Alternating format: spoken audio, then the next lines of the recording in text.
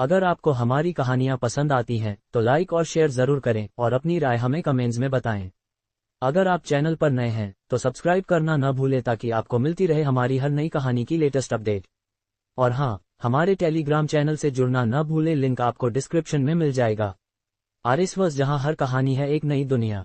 Episode 81। हालांकि ऐसा था, फिर भी हितेश को डर लग रहा था। हितेश के लिए किसी ऐसे शख्स को छूना जिसका रुतबा उससे कहीं ऊंचा था, निश्चित रूप से एक बड़ा रिस्क था। अगर हम पकड़े गए तो हमारी खैर नहीं। हितेश का चेहरा डर से भरा हुआ था। ऋषभ ने तंज कसते हुए कहा, अगर तुम बड़ा आदमी बनना चाहते हो तो रिस्क तो लेना ही पड़ेगा। अगर तुम पूरी जिंदगी ऐसे ही जीना चाहते हो तो मना कर दो। ये कहकर ऋषभ ने सिर घुमा लिया और फिर कुछ नहीं बोला। हितेश काफी देर तक चुपचाप बैठा रहा। काफी समय बाद हितेश ने ऋषभ की तरफ देखा और कहा, मुझे थोड़ा सोचने दो, मैं तुम्हें कल अपना फैसला बता दूंगा। ठीक है, ऋषभ ने सिर हिलाया। फिर उसने मुस्कुराते हुए कहा, जिंदगी में मौके बार बार नहीं मिलते, अच्छे से सोच लेना। हाँ, मुझे पता है। हितेश ने सिर हिलाया और फिर बार से निकल गया। ऋषभ ने ठंडी स्माइल दी। उसका यकीन था कि हितेश जरूर हाँ कहेगा, क्योंकि हितेश जैसा लालची इंसान इस तरह के लालच को ठुकरा ही नहीं सकता। इंसान की लालच ही सबसे बड़ा लूपहोल थी जिसका फायदा उठाया जा सकता था। ऋषभ का प्लान बहुत सीधा था। अगर वह किसी को मोनिका को किडनैप करने के लिए कह दे तो राठौर परिवार भड़क जाएगा और अपना सारा गुस्सा शिवम पर निकालेगा। अगर शिवम किस्मत से राठौर परिवार का माफीनामा हासिल भी कर ले तो मोनिका को जरूर मुंबई वापस ले जाया जाएगा। उस वक्त शिवम को ठिकाने लगाना ऋषभ के लिए बच्चों का खेल होगा। और अगर राठौर परिवार को सच पता भी चल गया तो ठक्कर परिवार सब कुछ नकार देगा और सारा इल्जाम हितेश पर डाल देगा। मैं तो जीनियस हूँ, ऋषभ ने अपनी तारीफ में हंसते हुए कहा। ... अगले दिन शिवम पुणे से जयपुर वापस लौटा। इस बार उसकी कमाई अच्छी थी। डेविड और रमन कल्याण ने जो जड़ी बूटियां दी थीं, वे शिवम को आत्मा मंडल से आध्यात्मिक मंडल तक पहुंचाने के लिए काफी थीं। पता नहीं आत्मा मंडल से आध्यात्मिक मंडल तक पहुंचने में कितना वक्त लगेगा, शिवम ने सोचा। इसलिए उसने पहले से कुछ इंतजाम करने का फैसला किया। उसने जड़ी बूटियों को संभाल कर रखा और फिर एक अच्छी जगह चुनने की सोची। काश मैं ऋषभ की विला में रह पाता, शिवम ने मन ही मन सोचा। वहां का आध्यात्मिक माहौल शिवम ने अब तक का सबसे अच्छा देखा था। लेकिन दोनों के बीच की तनातनी ने यह मुमकिन नहीं होने दिया। तभी एक लैंड रोवर गाड़ी अचानक दरवाजे के बाहर से आई। गाड़ी शिवम के सामने रुकी और एक काले सूट में सजा शख्स बाहर निकला। क्या मिस्टर शिवम घर पर हैं? काले सूट वाला शख्स दरवाजे पर खड़ा होकर बोला। शिवम ने भौहें सिकोड़ी। वह आगे बढ़ा और बोला, हाँ मैं ही हूँ। तुम्हें क्या चाहिए? काले सूट वाले ने विनम्रता से कहा, मिस्टर दास तुम्हें आज रात डिनर पर बुलाना चाहते हैं। क्या तुम फ्री हो? मिस्टर दास, अंकल दास। शिवम को अचानक उनकी याद आई। पिछली घटना के बाद से दोनों का कोई संपर्क नहीं हुआ था। क्या ये ठक्कर परिवार के लिए है? शिवम ने मन ही मन सोचा।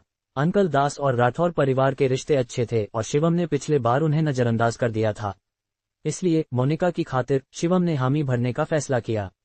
ठीक है, समय और जगह बता दो, शिवम बोला। काले सूट वाले ने तुरंत कहा, आज रात 8 बजे शाओजियांग फिशिंग विलेज में। ठीक है, मैं टाइम पर पहुंच जाऊंगा, शिवम ने कहा। काले सूट वाला शख्स जाने के बाद जुनैद तेजी से आगे आया। मिस्टर शिवम, मिस्टर दास और सुनील ठक्कर के अच्छे दोस्त हैं। मुझे डर है कि ये कोई जाल हो सकता है, जुनैद ने चेतावनी दी। शिवम ने हल्के से मुस्कुराते हुए कहा, कोई बात नहीं, मुझे यकीन है कि वे मेरा कुछ नहीं बिगाड़ सकते। जुनैद कुछ और कहना चाहता था लेकिन शिवम ने हाथ उठाकर उसे रोक दिया। उधर हितेश और निकिता बिस्तर पर लेटे हुए थे। हितेश लगातार सिगरेट पी रहा था, उसका चेहरा तनाव में था। हनी, क्या हुआ? तुम इतने परेशान क्यों हो? निकिता ने हितेश के ऊपर लेटते हुए मासूमियत से पूछा। निकिता को देखकर हितेश को अजीब सी चिढ़ महसूस हुई। वह इस बात से पछता रहा था कि उसने ऐसी सती और दिखावटी औरत से शादी क्यों की। नहीं, मैं ऐसा नहीं जी सकता। हितेश ने मन बना लिया और सिगरेट का टुकड़ा जमीन पर फेंक दिया। फिर उसने फोन उठाया और बालकनी में चला गया। उसने ऋषभ को कॉल किया। कॉल कनेक्ट होते ही हितेश ने कहा, मिस्टर ऋषभ, मैं तैयार हूँ। दूसरी तरफ ऋषभ जोर से हंसा और बोला, मुझे पता था तुम सही फैसला लोगे। हितेश ने उदास स्वर में कहा, मिस्टर ऋषभ, मेरी कुछ शर्तें हैं। बताओ, ऋषभ ने सहमति दी। अगर हम कामयाब हुए तो तिवारी परिवार और ठक्कर परिवार के बीच गहरा बिजनेस कोलैबोरेशन होगा, हितेश बोला। ऋषभ ने बेपरवाही से हंसते हुए कहा, हाँ, इसमें कोई दिक्कत नहीं। चिंता मत करो, मेरा ठक्कर परिवार तुम्हें निराश नहीं करेगा। हितेश ने आगे कहा, अगर बात लीक हो गई तो तुम्हें मेरे लिए 100 करोड़ कैश तैयार करना होगा और मेरी सेफ डिपार्चर की गारंटी देनी होगी। हा, कोई दिक्कत नहीं। ऋषभ जोर से हंसा, लेकिन कोई भी नहीं जान सकता कि इसका ठक्कर परिवार से कोई लेना देना है, वरना तुम जानते हो नतीजा क्या होगा। ठीक है, हितेश ने सिर हिलाया और सहमति दी। कॉल कटने के बाद ऋषभ ने ठंडी स्माइल दी। अगर ये बात लीक हुई तो हितेश को कैश देना, वो तो पहले ही ठक्कर परिवार से किनारा कर लेगा। बस देखते जाओ, अब ड्रामा होगा, ऋषभ ने मुस्कुराते हुए कहा। ... रात को शिवम एक साधारण सा गिफ्ट लेकर शाओजियांग फिशिंग विलेज पहुंचा। वहां पहले से ही कोई इंतजार कर रहा था। शिवम को देखते ही वह तेजी से आगे बढ़ा और बोला, मिस्टर दास काफी देर से तुम्हारा इंतजार कर रहे हैं। शिवम ने सिर हिलाया। वह रिसेप्शनिस्ट के पीछे चलकर प्राइवेट रूम में पहुंचा। यही जगह है मिस्टर शिवम, अंदर आ जाओ, रिसेप्शनिस्ट ने विनम्रता से कहा। शिवम ने चारों तरफ नजर दौड़ाई और पक्का किया कि कोई खतरा नहीं है। फिर उसने दरवाजा खोला और अंदर गया। दरवाजा खुलते ही शिवम का चेहरा ठंडा पड़ गया। जैसा मैंने सोचा था, शिवम ने ठंडे स्वर में कहा। फिर उसने अंकल दास की तरफ देखा और बोला, अंकल दास, अगर तुम सिर्फ मेरे साथ डिनर करना चाहते हो तो मुझे खुशी होगी, लेकिन अगर तुम्हारे इरादे कुछ और हैं तो माफ करना, मैं तुम्हारा साथ नहीं दूंगा। ये कहकर शिवम जाने के लिए मुड़ा। अंकल दास ने जल्दी से चिल्लाकर कहा, शिवम, इतनी जल्दी मत करो, मेरी खातिर रुक जाओ। ठीक है। शिवम रुका और अंकल दास की तरफ देखा। उसने बेपरवाही से मुस्कुराते हुए कहा, अंकल दास, क्या तुम भूल गए कि तुमने क्या कहा था? तुमने कहा था कि ठक्कर परिवार मुझे नहीं छोड़ेगा। अब ये क्या तमाशा है? अंकल दास का चेहरा लाल हो गया। उन्हें क्या पता था कि ठक्कर परिवार शिवम का मुकाबला नहीं कर पाएगा। शिवम, कोई भी दुश्मनी हमेशा की नहीं होती, सिर्फ फायदा हमेशा का होता है, सुनील ने आखिरकार कहा। वह खड़ा हुआ और बोला, पहले जो हुआ उसमें मेरी गलती थी। इस बार मैंने अंकल दास को बुलाया ताकि मैं तुमसे माफी मांग सकूं। मुझसे माफी? शिवम ने अपने कान खुजाए, जैसे उसे यकीन न हो रहा हो। अंकल दास ने हाथ हिलाया और कहा, बैठ जाओ, बैठ जाओ। शिवम ने अंकल दास को कुछ देर तक देखा और आखिरकार बैठ गया। वह सचमुच सुनना चाहता था कि सुनील क्या कहने वाला है। शिवम, मुझे सचमुच नहीं पता था कि तुम इतनी तेजी से ग्रो करोगे, अंकल दास ने विनम्रता से कहा। सुनील ने भी अफसोस जताते हुए कहा, आजकल के जवान लोग वाकई हमें हैरान कर देते हैं। शिवम ने सुनील की तरफ देखा और बोला, अगर तुम्हें कुछ कहना है तो सीधे बोलो, मैं बहुत बिजी हूँ, मुझे बाद में कुछ काम है। अंकल दास ने हल्के से भौहें सिकुड़ी। जाहिर था कि वह शिवम के रवैये से खुश नहीं थे, लेकिन इस मौके पर वह कुछ नहीं बोल सके। उन्होंने सुनील की तरफ देखा। सुनील ने खांस कर कहा, शिवम, शुरू से आखिर तक हमारे ठक्कर परिवार ने कुछ गलत नहीं किया। तुमने मेरे बेटे का हाथ तोड़ा और मैंने कोई सख्त कदम नहीं उठाया। सोचो तो, हमारी कोई ऐसी दुश्मनी तो नहीं है जो सुलझ न सके, है ना? सुनील ने मुस्कुराते हुए कहा। शिवम ने सुनील को देखा और बनावटी हंसी के साथ कहा, डायरेक्टर सुनील, यही बात है। अगर मेरे पास आत्मपोषण गोली न होती तो क्या तुम आज इतनी शांति से मेरे साथ बैठकर बात करते? सुनील ने हंसते हुए कहा, हर चीज में कोई पक्की बात नहीं होती। शिवम ने ठंडी हंसी हंसी। उसने मोनिका से पहले ही वादा कर लिया था कि भले ही सुनील गिड़गिड़ाए, वह उसे कोई मौका नहीं देगा। ऐसा शख्स जैसे सुनील मौका मिलते ही पीठ में छुरा घोंपेगा। अंकल दास ने खांसा और कहा, इस मामले को खत्म करना होगा। आज सब मेरी खातिर यहाँ बैठे हैं, ऐसा करते हैं। वह रुके, फिर सुनील की तरफ इशारा करके बोले, क्या ये तुम दोनों के परिवारों के लिए फायदेमंद नहीं होगा कि तुम साथ मिलकर और ताकतवर बनो और मुनाफा कमाओ? हाँ, मेरा भी यही इरादा है। हमारे ठक्कर परिवार की ताकत और तुम्हारे पास आत्मपोषण गोली के साथ हम जरूर और बड़े बन सकते हैं। सुनील ने जल्दी से अपनी वाइन ग्लास उठाए और कहा, लेकिन शिवम का उसे टोस्ट करने का कोई इरादा नहीं था। वह बस ठंडी हंसी हंसता रहा। सुनील, तुम्हें मुझसे कोलैबोरेशन करने की क्या क्वालिफिकेशन है? शिवम ने ठंडे स्वर में पूछा। सुनील का चेहरा तुरंत बदल गया। उसे नहीं लगा था कि शिवम इतना सीधा बोल देगा। उसे ये भी नहीं लगा था कि शिवम इतना घमंडी होगा। सुनील, सच बताऊं, मैं तुम्हारे बेटे का हाथ ठीक कर सकता हूँ। और जब हम पहली बार मिले थे मैंने सोचा था कि मैं तुम्हारे बेटे का हाथ ठीक कर दूं, शिवम ने ठंडे स्वर में कहा। लेकिन अफसोस, तुम्हारे घमंडी रवैये ने मेरा इरादा बदल दिया। अब मैं तुमसे कोई लेना देना नहीं रखना चाहता। शिवम के शब्द सुनकर सुनील ने जल्दी से थोड़ा घबराते हुए कहा, शिवम, क्या तुमने जो कहा वो सच है? क्या तुम वाकई मेरे बेटे का हाथ ठीक कर सकते हो? बिल्कुल सच, शिवम ने ठंडे स्वर में कहा। सुनील तुरंत थोड़ा उत्साहित हो गया। उसका कंठ हिलने लगा और उसने गिड़गिड़ाते हुए कहा, शिवम, अगर तुम मेरे बेटे का हाथ ठीक कर सकते हो तो मैं कुछ भी करने को तैयार हूँ। मैं तुम्हें कंपनी के 10% नहीं 30% शेयर दे सकता हूँ। सुनील ने घबराते हुए कहा। शिवम ने सिर हिलाया और बोला, मैंने कहा ना, मैं तुमसे कोई कोलैबोरेशन नहीं करूंगा। सुनील ने दांत पीसे और कहा, कोलैबोरेशन की बात को अभी छोड़ो। मैं तुमसे गुजारिश करता हूँ, मेरे बेटे का हाथ ठीक कर दो। ये कहकर सुनील खड़ा हुआ और शिवम के सामने घुटनों पर बैठ गया। ये देखकर शिवम हैरान रह गया। उसे कभी नहीं लगा था कि सुनील जैसा शख्स उसके सामने घुटने टेकेगा। ये अपने बेटे से बहुत प्यार करता है। शिवम ने मन ही मन सोचा। उसने थोड़ा सोचा और कहा, मैं तुम्हारे बेटे का हाथ ठीक कर सकता हूँ, लेकिन कोलैबोरेशन मुमकिन नहीं जब तक कि तुम मेरे लिए काम करने को तैयार न हो। सुनील ने दांत पीसे और कहा, ठीक है, मैं वादा करता हूँ। शिवम ने हल्के से सिर हिलाया और बोला, अपने बेटे को कल मेरे घर भेज देना। हाँ, बिल्कुल बिल्कुल। सुनील खड़ा हुआ और बार बार शुक्रिया अदा करने लगा। पास में बैठे अंकल दास गहरी सोच में डूब गए। इस पल में शिवम के प्रति उनकी राय अचानक बदल गई। उन्हें पहले लगता था कि शिवम एक निकम्मा है, लेकिन आज रात के दिन से अंकल दास को एहसास हुआ कि शिवम में एक सलीका है और वह बेहद महत्वाकांक्षी है। थककर परिवार के ऑफर के सामने वह जरा भी नहीं पिघला, बल्कि उसने उनके साथ कोलैबोरेट करने की बजाय उन्हें अपने अधीन करने का रास्ता चुना। साधारण लोगों के लिए यह शायद क्रूर लगे, लेकिन बिजनेस की दुनिया में यह एक जरूरी बुराई थी। जब इतना जवान लड़का, जो अभी बिजनेस की दुनिया में नया नया आया हो, ऐसा करता है, तो यह वाकई अंकल दास को हैरान कर गया। तो फिर उम्मीद करते हैं कि सब कुछ स्मूदली हो। अंकल दास ने अपनी वाइन ग्लास उठाए और मुस्कुराते हुए कहा। इस बार शिवम ने अपनी वाइन ग्लास उठाए। जैसे ही वह ग्लास टकराने वाला था, तभी उसका फोन अचानक बजा। उसने फोन उठाया और देखा कि कॉलम मोनिका की सेक्रेटरी थी।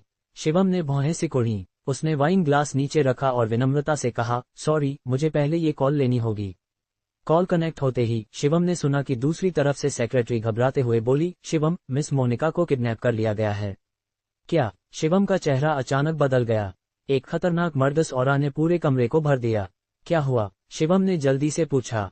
दूसरी तरफ से सेक्रेटरी ने जल्दी जल्दी सारी बात शिवम को बताई।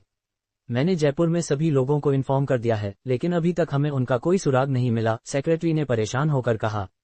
शिवम का चेहरा बेहद ठंडा हो गया। गुस्सा उस पर हावी हो गया। शिवम के लिए मोनिका उसकी जिंदगी की रोशनी थी। शिवम बाकी सब कुछ छोड़ सकता था, लेकिन वह मोनिका को किसी को नुकसान पहुंचाने की इजाजत कभी नहीं देगा। उसने गहरी सांस ली और बोला, मैं अभी आ रहा हूं। शिवम, क्या हुआ? फोन रखने के बाद अंकल दास ने पूछा। शिवम के पास उन्हें समझाने का वक्त नहीं था। उसने अंकल दास की तरफ देखा और कहा, मुझे अपनी गाड़ी दे दो। हो, अगर कोई इमरजेंसी है तो मैं किसी को तुम्हें वहां ड्रॉप करने को कहता हूं, अंकल दास बोले। जरूरत नहीं। शिवम ने बिना कुछ और समझाए टेबल से चाबियां उठाईं और वहां से निकल गया।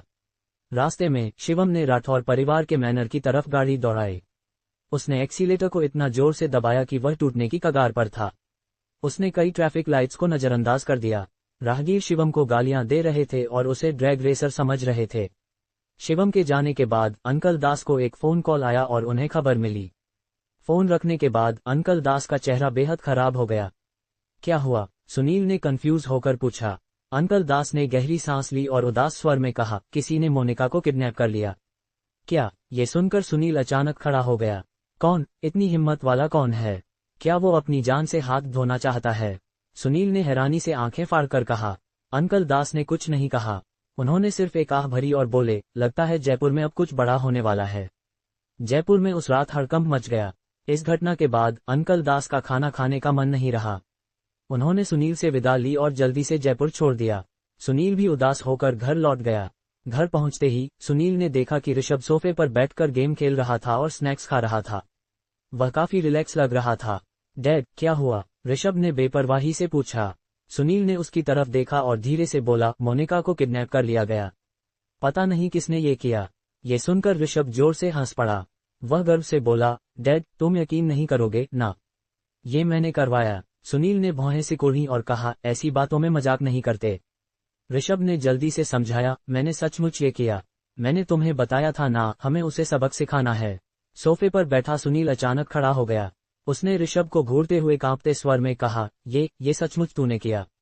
मैं झूठ क्यों बोलूंगा, बिल्कुल सच है, ऋषभ ने सीना ठोककर कहा। ये सुनकर सुनील ने उठकर ऋषभ के चेहरे पर तमाचा जड़ दिया। पागल हो गया है तू? तुझे नहीं पता मोनिका कौन है? सुनील का शरीर कांप रहा था और वह ऋषभ पर चिल्लाया। ऋषभ ने अपना चेहरा पकड़ा और गुस्से में कहा, डैड, तुमने मुझे मारा। तुमने तो मुझे कभी नहीं मारा। मैं तुझे मार डालूंगा, सुनील ने दांत पीसते हुए कहा। इस मामले में पहले कुछ सुधार की गुंजाइश थी, लेकिन तूने ये गड़बड़ कर दी। तुझे पता है मोनिका को नुकसान पहुंचाने की क्या सजा मिलेगी? सुनील गुस्से में बोला। ऋषभ को कोई फर्क नहीं पड़ा। उसने तंज कसते हुए कहा, डैड तुम इतना क्यों घबरा रहे हो? मैंने पहले ही एक बकरा ढूंढ लिया है। मेरा प्लान फूल प्रूफ है। फिर ऋषभ ने सुनील को सारी बात बताई। सुनील ने सुनकर ठंडा पसीना छूट गया। ये फूल प्रूफ था, ये तो लूपहोल से भरा था। तू सचमुच बेवकूफ है, सुनील ने दांत पीसते हुए कहा। वह कमरे में इधर उधर टहलने लगा। डर और घबराहट ने उसे घेर लिया। ये पहली बार था जब सुनील को इतना डर लगा, लेकिन एक चतुर बिजनेसमैन होने के नाते सुनील आखिरकार शांत हुआ। उसने ऋषभ की तरफ इशारा करते हुए कहा, अभी किसी को बुलाकर हितेश को खत्म कर दो। हम उसे हमें फंसाने का मौका नहीं दे सकते। डैड, हितेश बहुत भरोसेमंद है, वह किसी को कुछ नहीं बताएगा, ऋषभ ने बुदबुदाया। तेरी माँ की। सुनील इतना गुस्सा हुआ कि वह बेहोश होने की कगार पर था। सिर्फ मरे हुए लोग रहस्य रख सकते हैं। अगर उसने हमें धोखा दिया तो राठौर परिवार हमें कभी नहीं छोड़ेगा, भले ही उनके पास सबूत न हो। सुनील ने ठंडे स्वर में कहा, अभी करो, अभी करो, इसके बाद तू और मैं रातों रात पुणे वापस जाएंगे। सुनील ने ठंडे स्वर में कहा। ऋषभ के पास कोई चारा नहीं था सिवाय सिर हिलाने के। ... उधर शिवम राठौर परिवार के मैनर में पहुंच चुका था।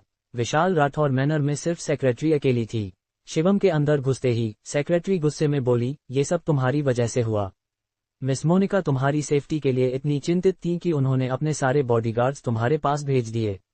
तुम बेकार इंसान, तुम मिस मोनिका को एक दिन मौत के मुंह में ले जाओगे। शिवम स्तब्ध रह गया। उसने सेक्रेटरी को घूरते हुए कांपते स्वर में कहा, तुम सच कह रही हो? बिल्कुल, सेक्रेटरी ने ठंडे स्वर में कहा। सुन लो, मैंने अपने मालिक को इस बारे में बता दिया है। अगर मिस मोनिका को कुछ हुआ तो तुम अपनी मौत का इंतजार करो, सेक्रेटरी ने ठंडे स्वर में कहा। शिवम का चेहरा बेहद खराब हो गया। उसे कभी नहीं लगा था कि मोनिका ने अपने सारे बॉडीगार्ड्स उसके पास भेज दिए थे। और सबसे बड़ी बात, शिवम को इसकी भनक तक नहीं थी। शिवम के मन में मिली जुली भावनाएं थीं। वह खुद को एक तमाचा जड़ना चाहता था, लेकिन अब सोचने का वक्त नहीं था। सबसे जरूरी था कि मोनिका का पता लगाया जाए और उनकी सेफ्टी सुनिश्चित की जाए। मुझे तुरंत मिस मोनिका के कमरे में ले चलो, शिवम ने सेक्रेटरी की तरफ देखा और घबराते हुए कहा। सेक्रेटरी ने ठंडे स्वर में कहा, तुम क्या करने वाले हो? मेरे पास उनका पता लगाने का तरीका है, मुझे जल्दी ले चलो, शिवम ने लगभग चिल्लाते हुए कहा। सेक्रेटरी ने दांत पीसे और ठंडे स्वर में कहा, मेरे पीछे आओ। दोनों मिस मोनिका के कमरे तक पहुंचे। दरवाजे में घुसते ही शिवम ने मोनिका के बिस्तर के आसपास तलाश शुरू कर दी। तुम क्या कर रहे हो? सेक्रेटरी ने भौहें सिकोड़कर पूछा। बाल क्यों नहीं मिल रहे?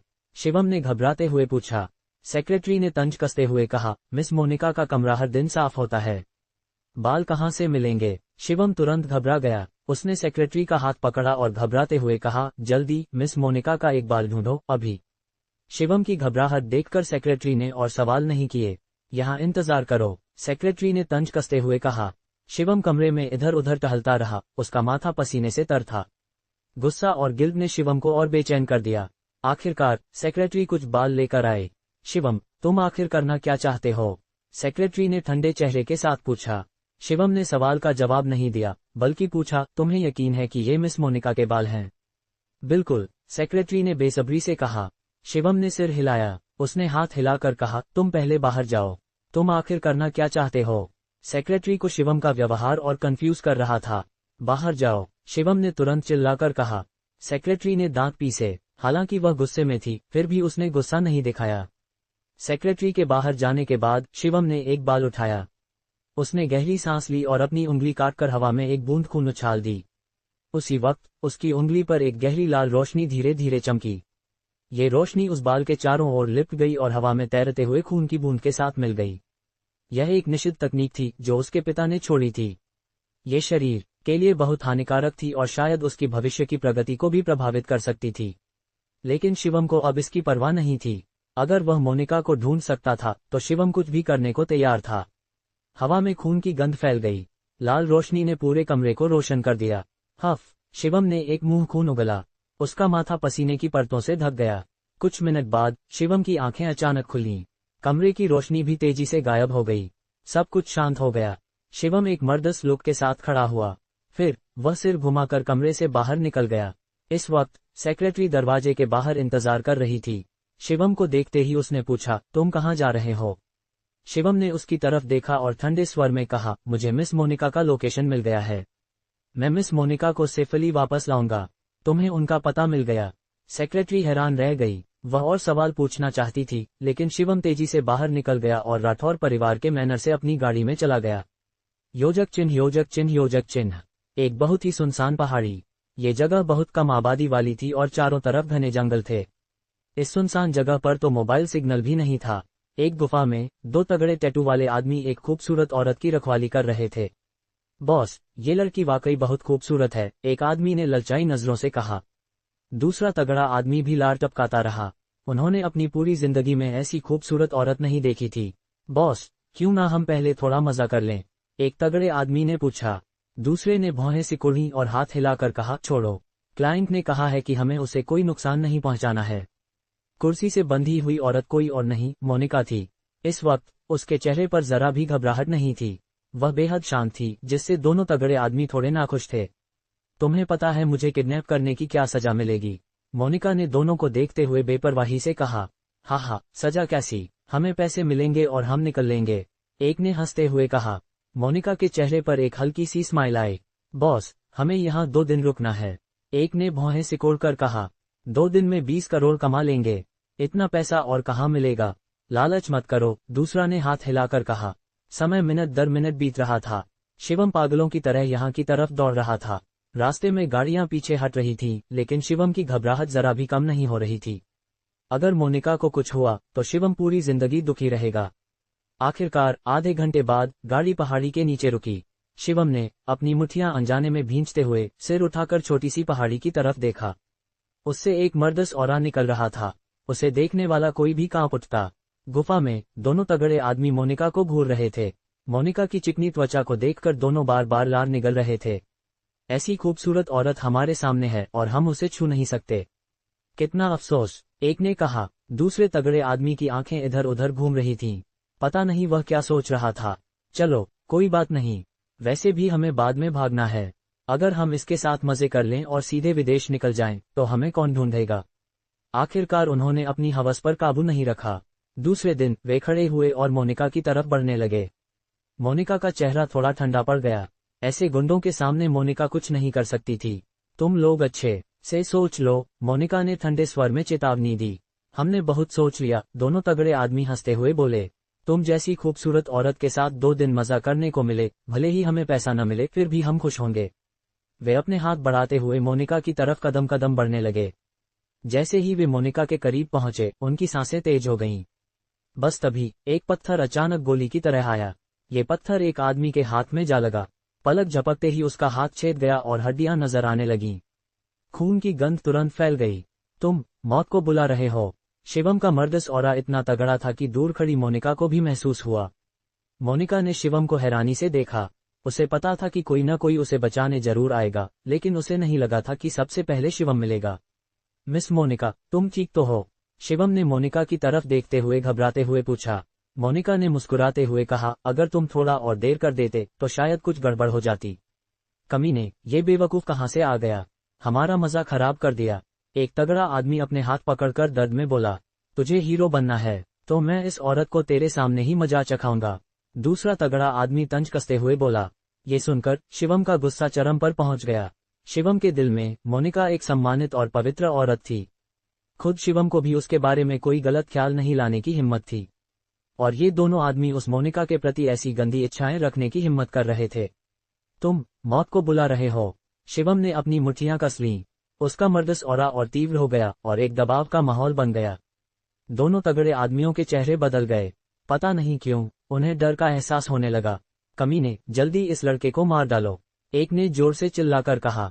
बात खत्म होते ही दोनों आदमी शिवम की तरफ झपटे। शिवम का धैर्य पहले ही खत्म हो चुका था।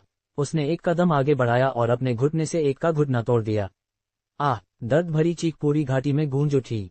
शिवम यहीं नहीं रुका। उसने हाथ बढ़ाकर दोनों तगड़े आदमियों की गर्दन पकड़कर उन्हें हवा में उठा लिया। बताओ, ये करने के लिए किसने कहा? शिवम ने अपने किलिंग इंटेंट को दबाते हुए ठंडे स्वर में कहा। दोनों तगड़े आदमी हवा में तड़प रहे थे, लेकिन वे खुद को छुड़ा नहीं पा रहे थे। उनके दिल में डर अपने चरम पर पहुंच गया। मत मारो हमें, उन्होंने मुश्किल से ये शब्द बोले। जल्दी बोलो, शिवम ने गुस्से में दहाड़ते हुए कहा, जिससे दोनों इतना डर गए कि उनकी पैंट गीली हो गई। ये हितेश था। किसी हितेश ने हमें ये करने को कहा। दोनों तगड़े आदमियों ने कुछ भी छुपाए बिना हितेश का नाम ले लिया। ये नाम सुनकर शिवम का चेहरा और ठंडा हो गया। हितेश, मैंने तुझे नहीं मारा और तूने मिस मोनिका के खिलाफ साजिश रची। शिवम का शरीर गुस्से से कांप रहा था। कमीने, मुझे पहले ही उसे मार देना चाहिए था, शिवम ने गिल्ट में बुदबुदाया। अगर उसने पहले हितेश को मार दिया होता तो मिस मोनिका को ये तकलीफ नहीं झेलनी पड़ती। साहब, हमने बता दिया, अब हमें छोड़ दो, दोनों तगड़े आदमियों ने दर्द में कहा। शिवम ने दोनों को ठंडी नजरों से देखा और बोला, जो भी मिस मोनिका को छूने की हिम्मत करेगा वह मरेगा। ये कहकर शिवम ने अपने हाथों में जोर लगाया और दोनों की गर्दन तोड़ दी। दोनों तगड़े आदमी तुरंत जमीन पर गिर गए और खून ने जमीन को रंग दिया। इन दोनों को मारने के बाद शिवम का गुस्सा जरा भी कम नहीं हुआ। वह तेजी से मोनिका के सामने पहुंचा और उसकी रस्सियां तोड़ दी। मोनिका का चेहरा कुछ पीला पड़ गया था। ये किडनैपिंग की वजह से नहीं, बल्कि उन 2 लाशों की वजह से था। तब शिवम को याद आया कि उसे मोनिका के सामने लोगों को नहीं मारना चाहिए था, लेकिन उस वक्त वह गुस्से से अंधा हो चुका था। उसे क्या होश था?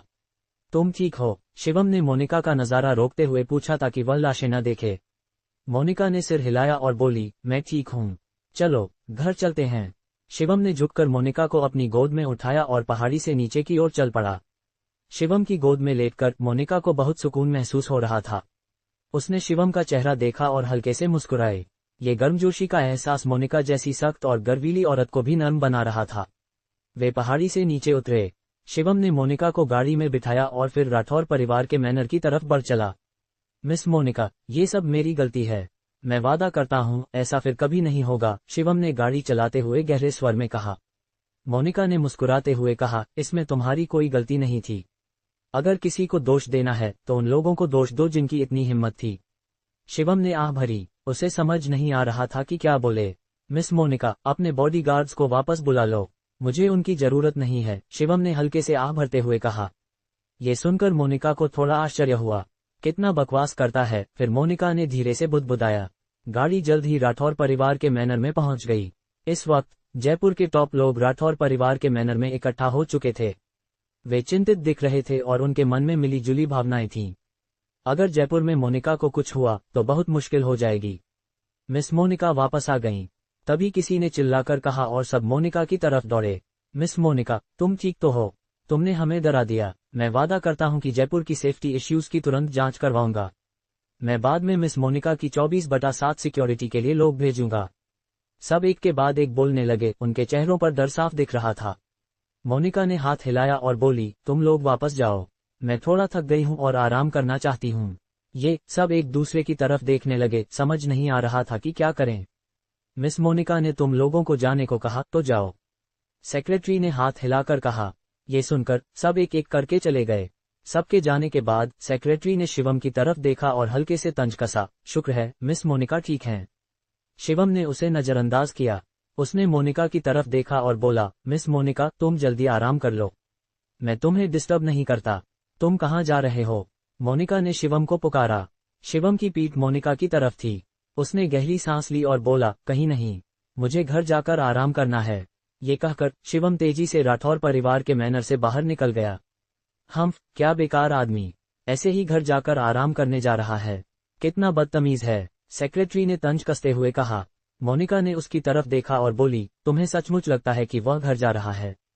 सेक्रेटरी हैरान हो गया और जल्दी से पूछा, मिस मोनिका, तुम्हारा मतलब क्या है?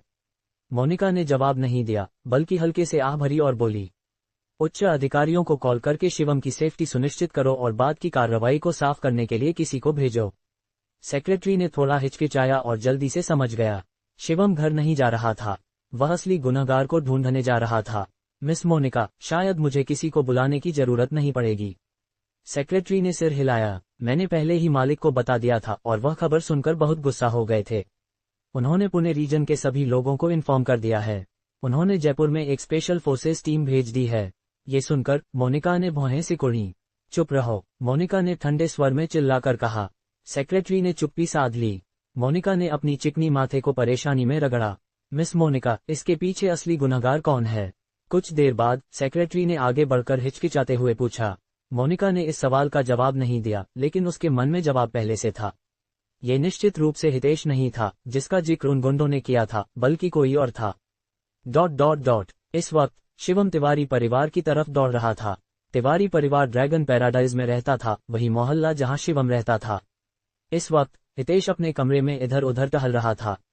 हनी, आखिर हुआ क्या? मुझे क्यों इतना बुरा अंदेशा हो रहा है? निकिता ने भौहें सिकोड़कर कहा। हितेश ने कुछ नहीं कहा, लेकिन वह अंदर से बहुत डरा हुआ था। उसने उन 2 गुंडों को 2 बार कॉल किया, लेकिन कॉल नहीं लगी। कृपया कुछ गड़बड़ न हो, हितेश ने कांपते स्वर में बुदबुदाया। तभी दरवाजे से एक साया गुजरा। पहले से ही घबराया हुआ हितेश चौंककर उछल पड़ा। कौन है? बाहर कौन है? हितेश ने चिल्लाकर कहा। बाहर पूरी तरह से सन्नाटा था। हनी, बाहर कौन है? तुम कुछ ज्यादा ही पैनिक कर रहे हो, है ना? निकिता ने बुदबुदाया। हितेश ने अपने माथे का पसीना पोंछा और धीरे से बोला, उम्मीद करता हूं ऐसा ही हो। खट। तभी कमरे का दरवाजा जोर से तोड़ा गया। फिर एक आदमी अंदर घुसा। उस आदमी का चेहरा ठंडा और खतरनाक था। जाहिर था कि वह कोई साधारण इंसान नहीं था। कौन? तुम कौन हो? हितेश ने अपने डर को दबाते हुए कांपते स्वर में कहा। वह आदमी कुछ नहीं बोला। उसने सिर्फ ठंडे स्वर में कहा, किसी ने तुम्हारी सुपारी दी है। चिंता मत करो, मैं तुम्हें आसानी से जाने दूंगा। ये कहकर वह आदमी हितेश की तरफ बढ़ने लगा। हितेश ने डरते हुए कहा, पास मत आओ, वरना मैं तुम्हें छोड़ूंगा नहीं। वह आदमी कुछ नहीं बोला। उसने हाथ बढ़ाया और हितेश को पकड़ लिया। उसकी उंगलियां तेज धार वाले ब्लेड की तरह थीं।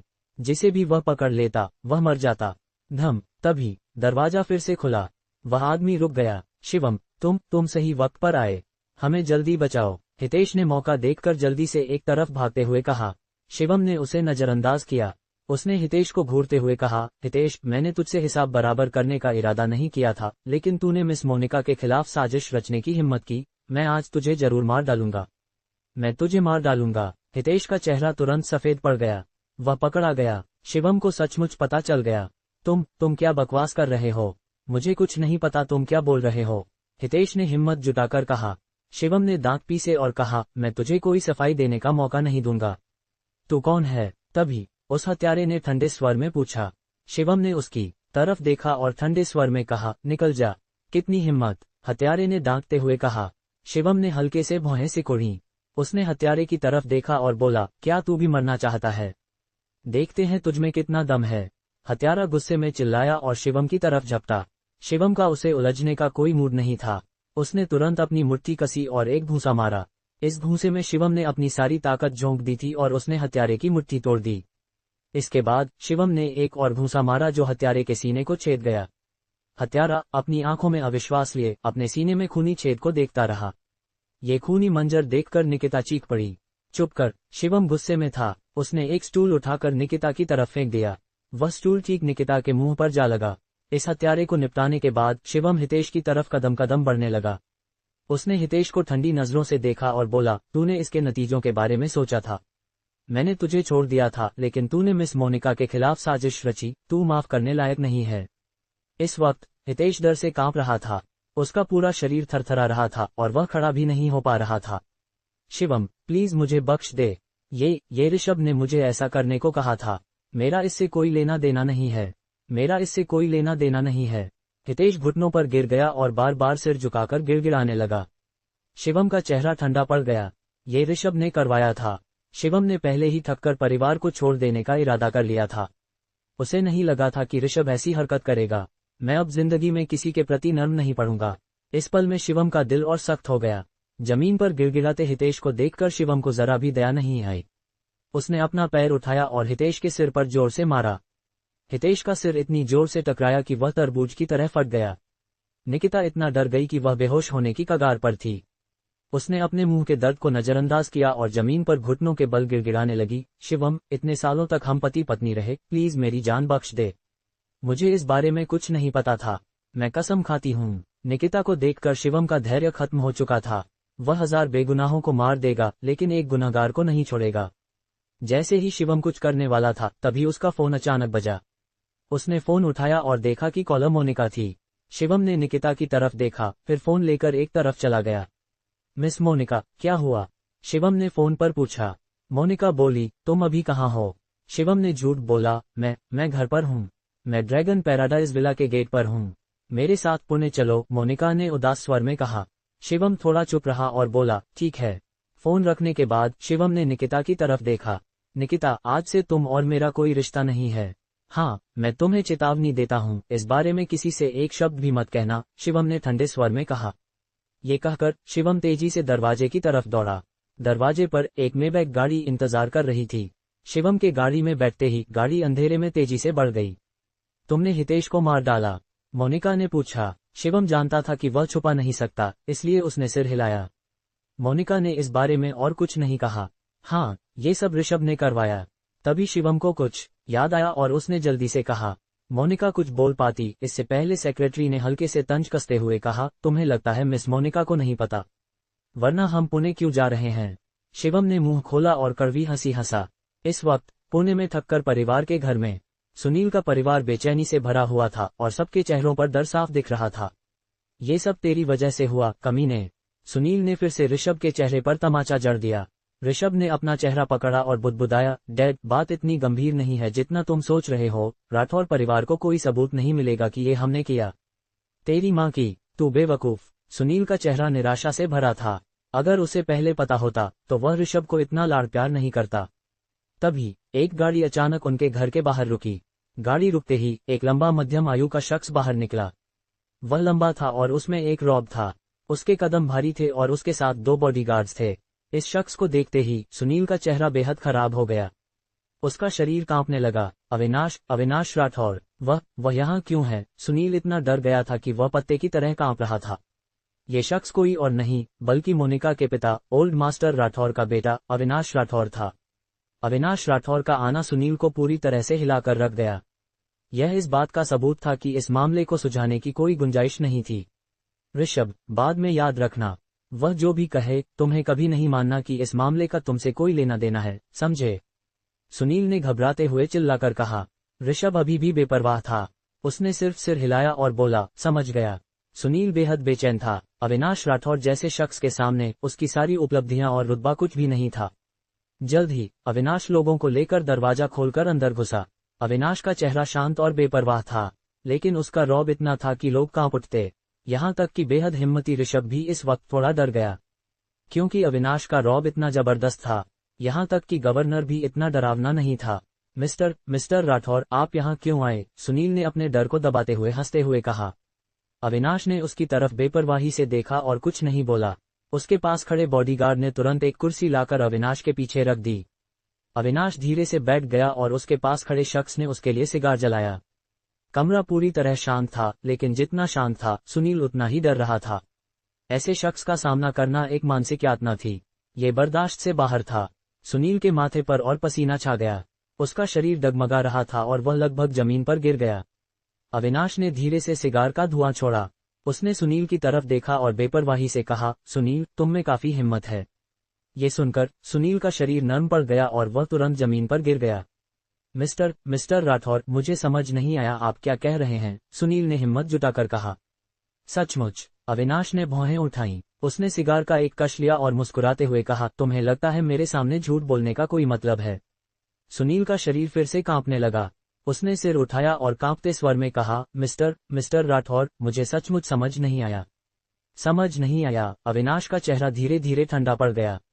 तो मैं तुम्हें याद दिलाता हूँ, आखिरी बार जिसने मेरी बेटी के खिलाफ साजिश रची थी वह सन परिवार था।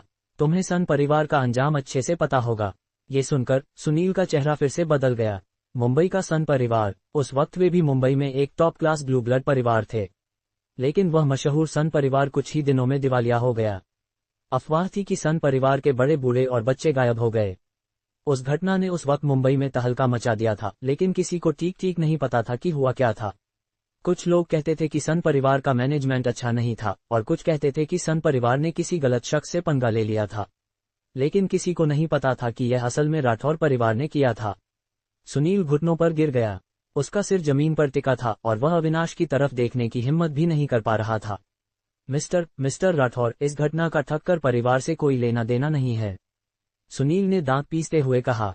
वह अच्छे से जानता था कि चाहे कुछ भी हो उसे यह स्वीकार नहीं करना था, क्योंकि अगर उसने स्वीकार कर लिया तो राठौर परिवार उन्हें कभी नहीं छोड़ेगा। अविनाश ने सुनील की तरफ नीचे देखा और ठंडे स्वर में कहा, सिर उठाकर मुझे देखो। सुनील का शरीर अकड़ गया और उसने कांपते स्वर में कहा, मैं हिम्मत नहीं कर सकता। मैंने कहा सिर उठाओ। अविनाश ने तुरंत चिल्लाकर कहा। इस चीख ने सुनील को इतना डरा दिया कि वह जमीन पर गिर गया। वह मुश्किल से जमीन से उठा और हिम्मत जुटाकर अविनाश की तरफ देखा। अविनाश के ठंडे चेहरे को देखकर सुनील चट्टान की तरह कांप रहा था। अविनाश ने सुनील को ठंडी नजरों से देखा और बोला, तुम्हें लगता है मुझे तुम्हें खत्म करने के लिए सबूत की जरूरत है? सुनील स्तब्ध रह गया और तुरंत जमीन पर बैठ गया। हाँ, राठौर परिवार को सबूत की कोई जरूरत नहीं थी। अगर उनको एक बार भी शक हो गया तो बचने की कोई संभावना नहीं थी। अविनाश ने पास में खड़े ऋषभ की तरफ देखा और बेपरवाही से पूछा, ये तुम्हारा बेटा है? सुनील ने जल्दी से जवाब दिया, हाँ मिस्टर राठौर, ये मेरा बेटा ऋषभ है। ये कहकर सुनील ने सिर घुमाया और चिल्लाया, इसे नमस्ते करो। हालांकि ऋषभ अविनाश से निकलने वाले तगड़े रौब को महसूस कर रहा था, लेकिन उसे लाड़ प्यार ने इतना बिगाड़ दिया था कि उसे डर नहीं लगा। उसने तंज कसते हुए कहा, मेरे पिता ने पहले ही कहा कि इस मामले का हमसे कोई लेना देना नहीं है। आप इतने बेरहम क्यों हैं? ये सुनकर सुनील इतना गुस्सा हुआ कि वह बेहोश होने की कगार पर था। तू क्या बोल रहा है कमीने? मिस्टर राठौर से माफी मांग, सुनील ने जल्दी से चिल्लाकर कहा। ऋषभ ने फिर भी बेपरवाही से कहा, भले ही आप मुंबई के बड़े परिवार से हो, फिर भी आपको सबूत चाहिए। आप ये क्यों कह रहे हैं कि इसका हमसे कोई लेना देना है? ऋषभ की जिद देखकर अविनाश को हंसी आ गई।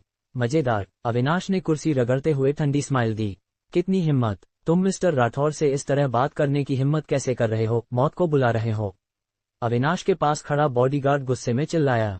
ऋषभ ने ठंडी स्माइल दी और कहा, ये पुणे है, मुंबई नहीं। और यहाँ सिर्फ तुम दो लोग हो। अगर मैं एक फोन करूं तो मैं गारंटी देता हूं कि तुम पुणे से बाहर नहीं निकल पाओगे। विश्वास नहीं है? सुनील ऋषभ की नासमझी और घमंड से इतना गुस्सा हुआ कि वह लगभग टूट गया। इस पल में अविनाश का चेहरा धीरे धीरे ठंडा पड़ गया। खत्म हो गया, सब खत्म। सुनील जानता था कि इस मामले में अब सुलह की कोई गुंजाइश नहीं थी। वह खाली नजरों के साथ जमीन पर ढह गया। ऋषभ ने अविनाश को घमंड से देखते हुए ठंडी स्माइल दी और कहा, तुमने मुझे पहले ही नाराज कर दिया है।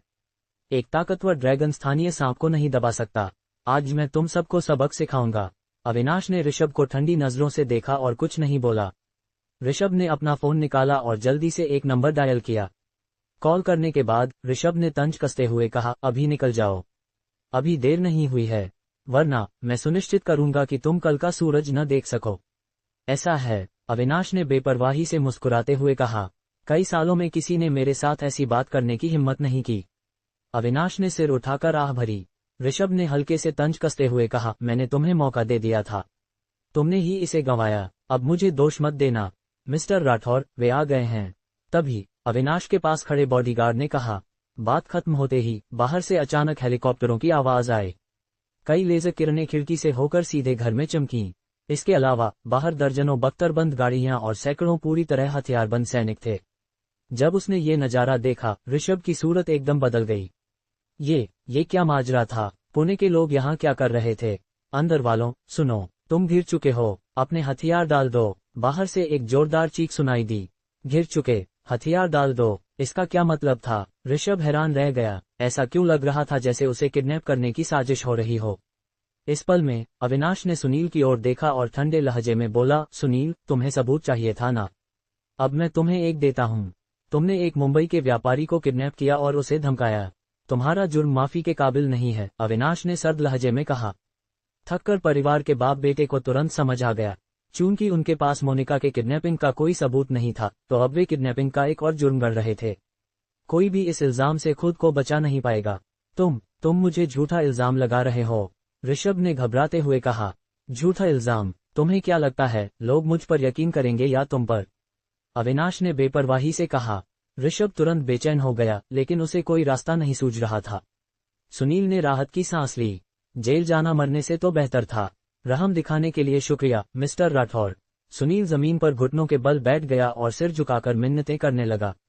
सुनील, अविनाश ने ठंडे लहजे में पुकारा। सुनील ने जल्दी से सिर उठाया और अविनाश की ओर देखा। मैं तुम्हें अब एक मौका दे रहा हूं, अविनाश ने बेपरवाही से कहा।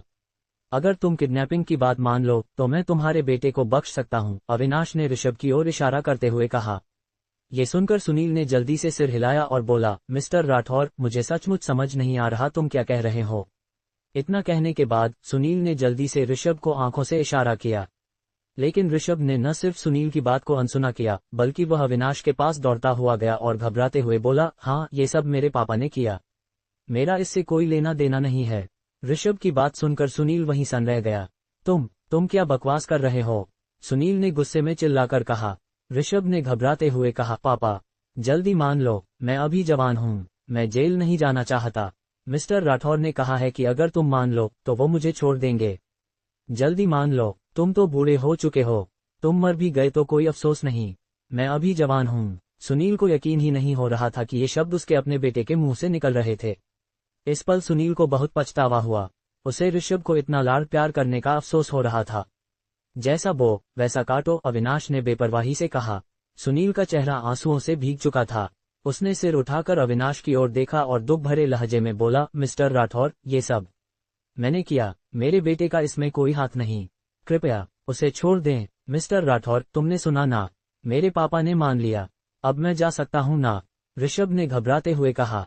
अविनाश ने ऋषभ को ठंडी नजरों से देखा और सिर हिलाया। मेरी बेटी को किडनैप करना ऐसा जुर्म है जो माफी के काबिल नहीं। ये कहकर अविनाश धीरे धीरे उठा और दरवाजे की ओर चल दिया। ऋषभ तुरंत घबरा गया। वह जोर से चिल्लाया, मिस्टर राठौर, तुमने कहा था कि तुम मुझे छोड़ दोगे, तुम अपने वादे से मुकर नहीं सकते। लेकिन अविनाश ने उसकी बात को पूरी तरह अनसुना कर दिया और सीधा दरवाजे से बाहर निकल गया। तुमने मुझसे झूठ बोला, अविनाश, तुमने मुझसे झूठ बोला। ऋषभ टूटने की कगार पर था और गुस्से में चिल्ला रहा था। मैं तुमसे भिड़ जाऊंगा, मैं तुमसे भिड़ जाऊंगा। ऋषभ ने गुस्से में चीखते हुए अविनाश की ओर दौड़ लगाए। बैंग बैंग, तभी खिड़की के बाहर से 2 गोलियों की आवाज आई। गोलियां शीशा तोड़कर सीधे थककर परिवार के बाप बेटे की ओर चलीं। उनके माथे पर तुरंत खून का छेद बन गया, फिर वे जमीन पर गिरकर मर गए। कमांडर को रिपोर्ट, दोनों अपराधी सफलतापूर्वक मार गिराए गए। बाहर से एक जोरदार आवाज आई, ठीक है, टीम में वापस लौटो। शिवम कार में बैठा था और उसने ये सब साफ साफ देखा। इस नज़ारे को देखते हुए उसे अपनी बेबसी का एहसास हो रहा था। क्या यही थी मुंबई के टॉप परिवारों की ताकत? मोनिका कार में चुपचाप बैठी थी। ऐसा लग रहा था जैसे उसे इस नतीजे का पहले से अंदाजा था। शिवम ने अविनाश को देखा, जो थककर परिवार से बाहर निकल रहा था, और उसके दिल में बेबसी की भावना और गहरी हो गई। क्योंकि अविनाश के साथ वाले 2 बॉडीगार्ड्स टॉप मार्शल आर्टिस्ट थे। शिवम उनकी ताकत का अंदाजा भी नहीं लगा पा रहा था। शिवम गहरी सोच में डूब गया। वह कार में बैठा रहा और लंबे समय तक कुछ बोला नहीं। उसका चेहरा उदास था। क्या यही होता है बड़ा परिवार? मेरी सबसे बड़ी ताकत भी इसके सामने कुछ नहीं। शिवम ने धीमी आवाज में बुदबुदाया।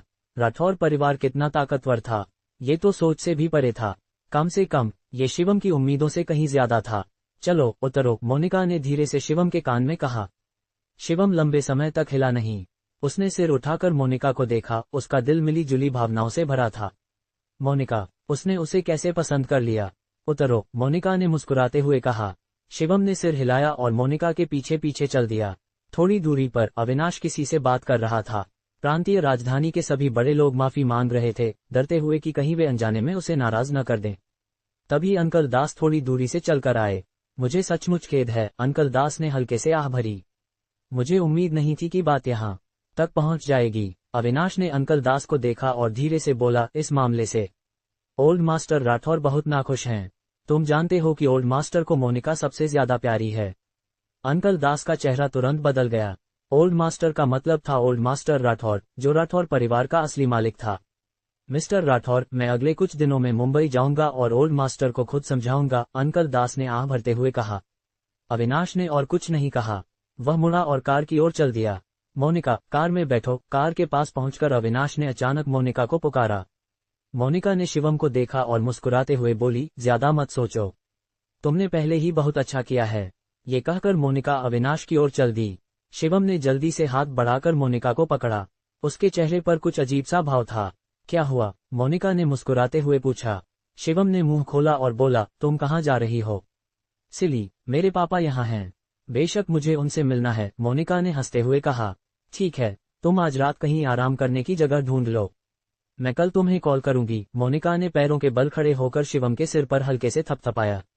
ये कहकर मोनिका अविनाश की ओर चल दी। दोनों कार में बैठ गए। शिवम की नजरें कार की दिशा पर टिकी थीं। अविनाश की कार धीरे धीरे शिवम के पास से गुजरी। तभी कार की खिड़की अचानक नीचे आई। अविनाश शिवम को ठंडी नजरों से देख रहा था। इस ताकतवर रौब से शिवम को भी असहजता महसूस हुई। बस एक नजर ही किसी को विरोध करने की हिम्मत न करने के लिए काफी थी। शिवम की नजरें अविनाश की नजरों से मिलीं। शिवम ने बिना सिर घुमाए अविनाश को देखा। आखिरकार कार शिवम के पास से गुजर गई और दूर चली गई। शिवम वही खड़ा रहा, बिना हिले। उसने अपनी मुट्ठियां कस लीं और उसका दिल मिली जुली भावनाओं से भरा था। ... कार में अविनाश ने एक सिगार जलाया, जबकि मोनिका बगल में बैठी थी। तुम इतना छोटा सा काम भी ठीक से नहीं कर सके, तुम्हें अपने पास रखने का क्या फायदा? अविनाश ने मोनिका की सेक्रेटरी को ठंडी नजरों से देखते हुए कहा। ये सुनकर सेक्रेटरी के चेहरे पर घबराहट छा गई। वह जल्दी से बोला, प्रेसिडेंट राठौर, ये मेरी गलती है। मैंने अपनी ड्यूटी पूरी नहीं की। कृपया मुझे सजा दें। अविनाश का लहजा और सर्द हो गया। अगर मेरी बेटी को कुछ हो गया होता तो तुम क्या करके उसकी भरपाई करते? सेक्रेटरी का पूरा शरीर कांप रहा था और वह एक और शब्द नहीं बोल सका। अविनाश ने सिगार का कश लिया और तब तक चुप रहा जब तक सिगार खत्म नहीं हो गया। मिस्टर दास, मोनिका की सुरक्षा के लिए जिम्मेदार उन सारे निकम्मों को नदी में फेंक दो, अविनाश ने ठंडे लहजे में कहा। ये सुनकर सेक्रेटरी पूरी तरह डर गया। वह जोर जोर से मिन्नतें करने लगा, प्रेसिडेंट राठौर, कृपया इस बार मुझे बख्श दें और मुझे अपनी गलती सुधारने का मौका दें। सुधारने का मौका? अविनाश का चेहरा और सख्त हो गया।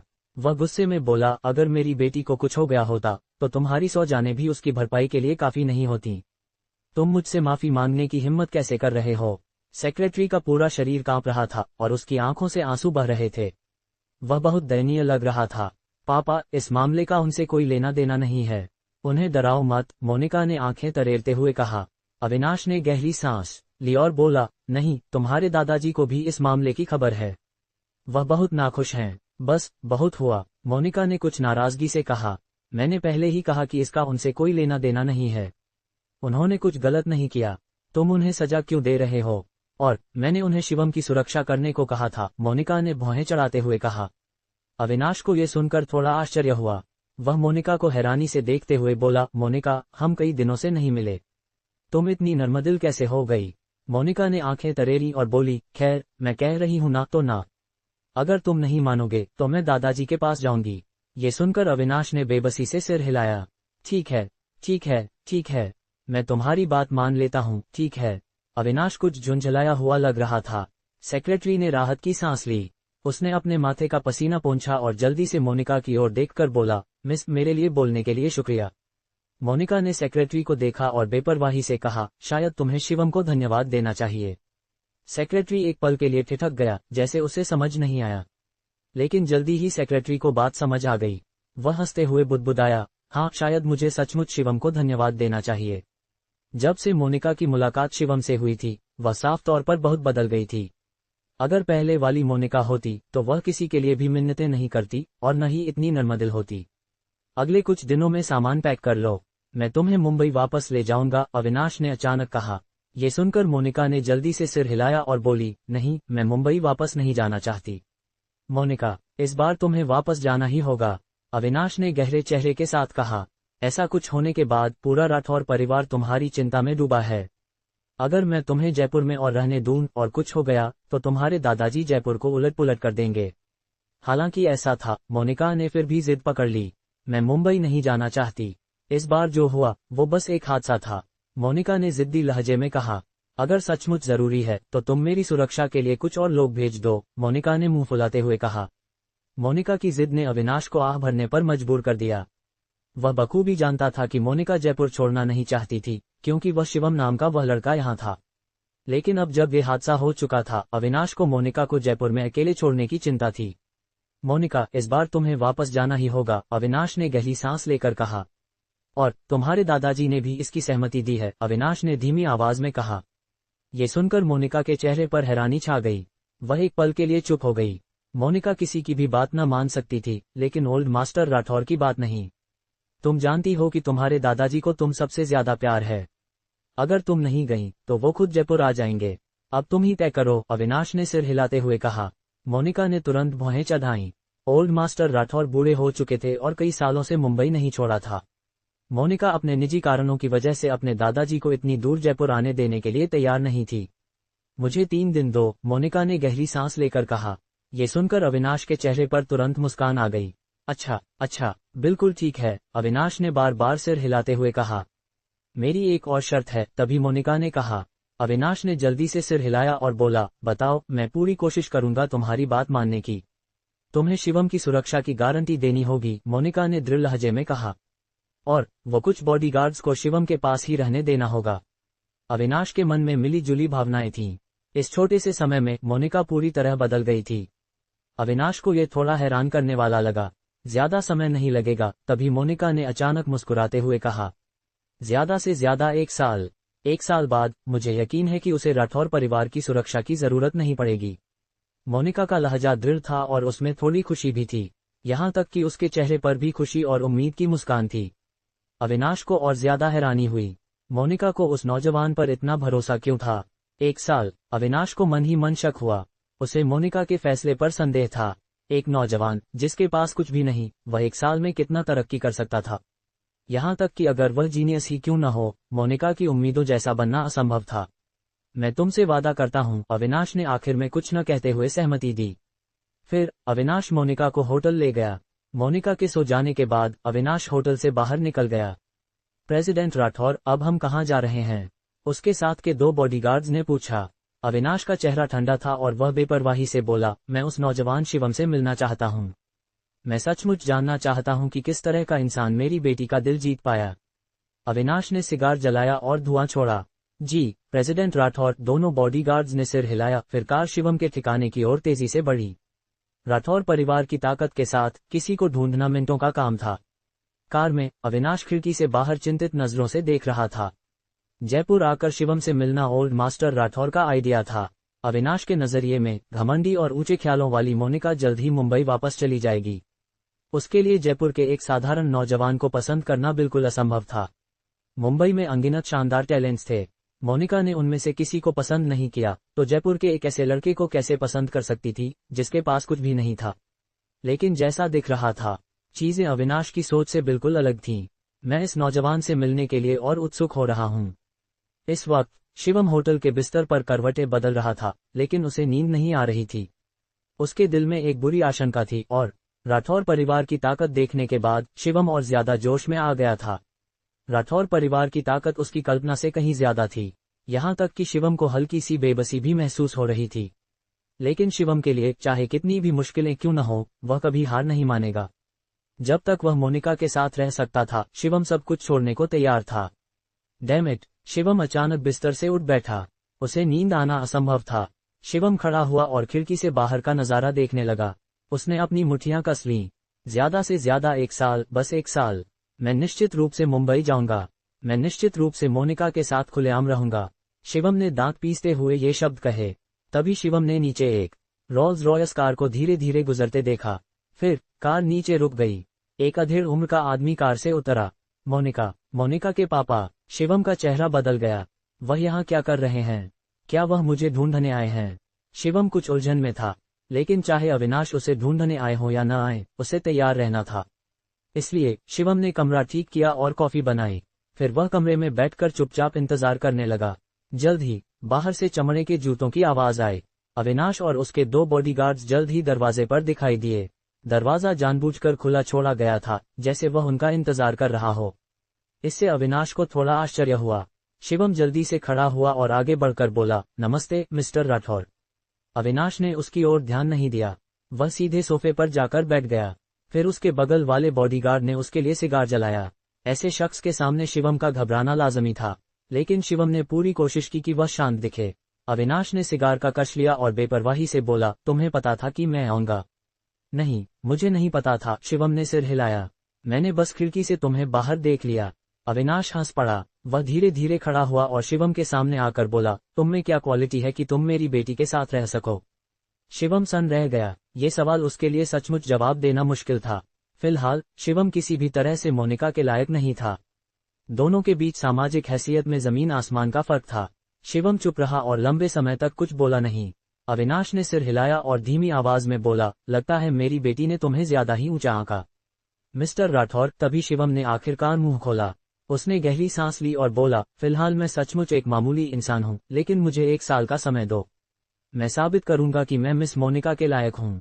1 साल का समय। अविनाश ने आंखें सिकुड़ी और ठंडे लहजे में बोला, मैं तुम्हें 1 साल क्यों दूं?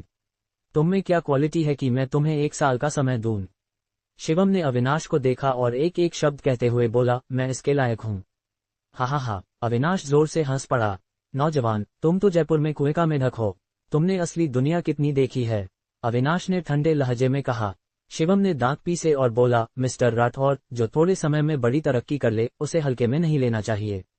मेरी मौजूदा उपलब्धियां तुम्हारी नजरों में कुछ भी नहीं हो सकती, लेकिन अभी लंबा रास्ता बाकी है। मेरी भविष्य की संभावनाओं को कोई खारिज नहीं कर सकता। ओह, सचमुच? अविनाश ने भौहें उठाईं। जो अविनाश जाने वाला था वह फिर रुक गया। मुझे मत समझो कि मैं तुम्हें नहीं समझता, अविनाश ने ठंडे लहजे में कहा। तुम्हें जिस चीज पर सबसे ज्यादा गर्व है वह तुम्हारी मार्शल आर्ट स्किल्स हैं, है ना? अविनाश ने आंखें सिकोड़ते हुए कहा, जैसे वह शिवम को भेदना चाहता हो। शिवम ने इससे इनकार नहीं किया। जैसा अविनाश ने कहा, शिवम के पास अभी जो कुछ था वह वाकई उसकी मार्शल आर्ट स्किल्स और साधना विधियां थीं।